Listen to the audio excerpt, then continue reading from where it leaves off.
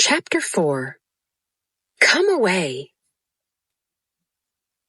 You shouldn't say such things, said Peter to Tinker Bell. Of course I'm sorry, but how was I supposed to know you were inside there? Wendy gasped. If only she'd stay still and let me see her. I wish she was my fairy. They hardly ever stand still, Wendy. Peter listened again. She's not very polite. I can't tell you what she said about you. Wendy frowned, but continued. Where do you live now, Peter? Still with fairies? Sometimes.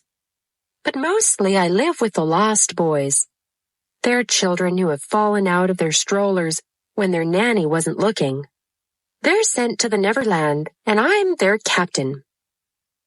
That sounds like such fun, said Wendy. It's very lonely, because there are no girls in the Neverland, said Peter. That's because girls are too smart to fall out of anything. Wendy was pleased. He thought so highly of girls. John there, he despises girls. Peter rose and kicked John, blankets and all, out of bed. John never stirred. Wendy thought that was a rather rude thing to do. She reminded Peter that he wasn't captain of her house, and he needn't kick anyone. But she knew he meant to be kind, so she said, You may give me a kiss. She had forgotten his ignorance of kisses. I thought you would want it back. He held out the thimble for return. Oh dear, said Wendy. I don't mean a kiss. I mean a thimble. What's that? Asked Peter. It's like this, said Wendy. She kissed him. Funny, said Peter.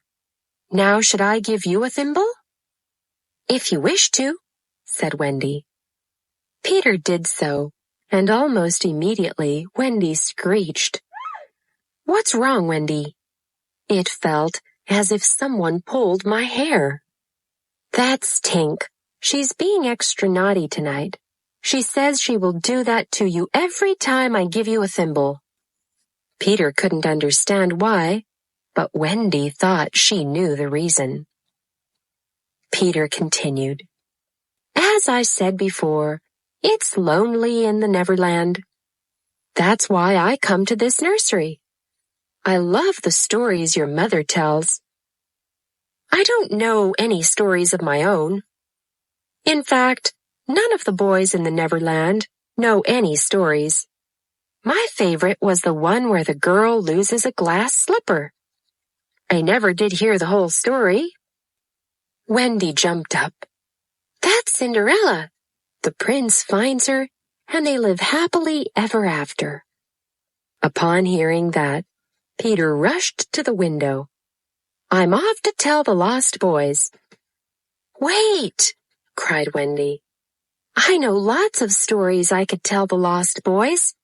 Peter gripped her arm and dragged her toward the window. Let me go, she ordered him. Do come with me, Wendy. Tell us stories.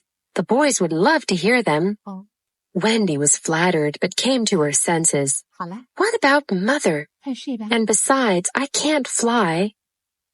I'll teach you, said Peter. You just jump on the wind's back and away you go. Then he added, You'd see mermaids, and you'll be able to tuck us in at night. No one has ever tucked us in at night. Wendy couldn't believe it. Never to be tucked in by anyone? How sad. Maybe you could fix our clothes, said Peter, and make pockets for us. We don't have pockets. Wendy found it hard to resist Peter. Will you teach John and Michael to fly too? She shook the boys. Wake up. Tonight you're going to fly with Peter Pan. I want to go outside and fly 1 billion miles, said Michael. To fly, said Peter, is easy. Just to think wonderful, lovely thoughts. They'll lift you right up in the air. Wendy hesitated. Peter tried to lure her out. There are mermaids. Pirates, too." "Pirates?" asked John. "Let's go!" All at once, the Darling children thought happy, wonderful, lovely thoughts. They flew about the nursery, thanks to Peter's advice and the fairy dust he sprinkled on them. At the house down the street, Nana showed up barking. She had broken free of the chain. Mr. and Mrs. Darling sensed danger. They left the house without so much as a goodbye and hurried home. When they got to the house, they looked up at the nursery window. It was still shut, but the room was ablaze in light. Then they saw what they had dreaded. On the shadow of the curtain, there were not 3, but 4 figures circling around and around in the air. They started up the steps to the nursery. They would have made it too, had it not been for the stars in the sky watching. One of them blew open the nursery window. Then they all beckoned to Peter. "Now!"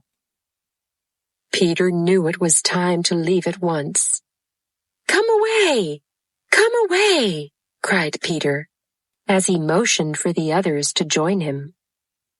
A second later, Wendy, John, and Michael followed him into the night sky. By the time the Darlings rushed into the room with Nana, it was too late. The children were gone.